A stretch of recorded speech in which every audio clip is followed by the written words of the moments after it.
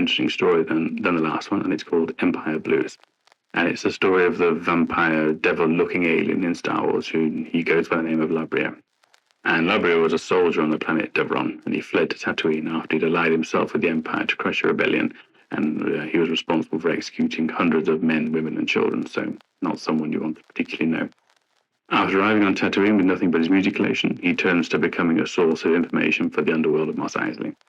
However, he isn't very successful in this regard, so he instead becomes the first to arrive at the cantina every day.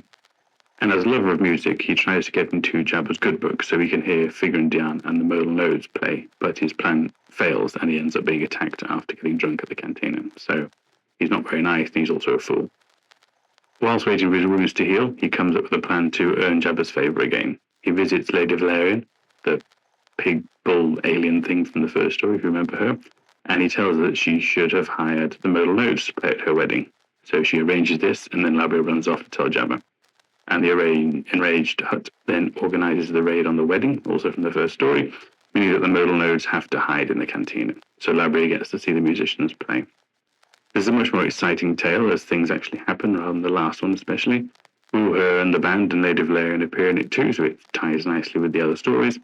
And it turns out that in the first story, where the band lose their instruments, it's in this story that we learn that it's Labria that he lose them to. And I think, and this is a bit of a big thing, that the spy from Star Wars, the alien that whistles, he's got the big long nose and the goggles, I think this story names him, and I think so he's called Garindan. So we've learned a new name from this story too, a couple of new names. So yeah, live a lot. See you soon. Bye.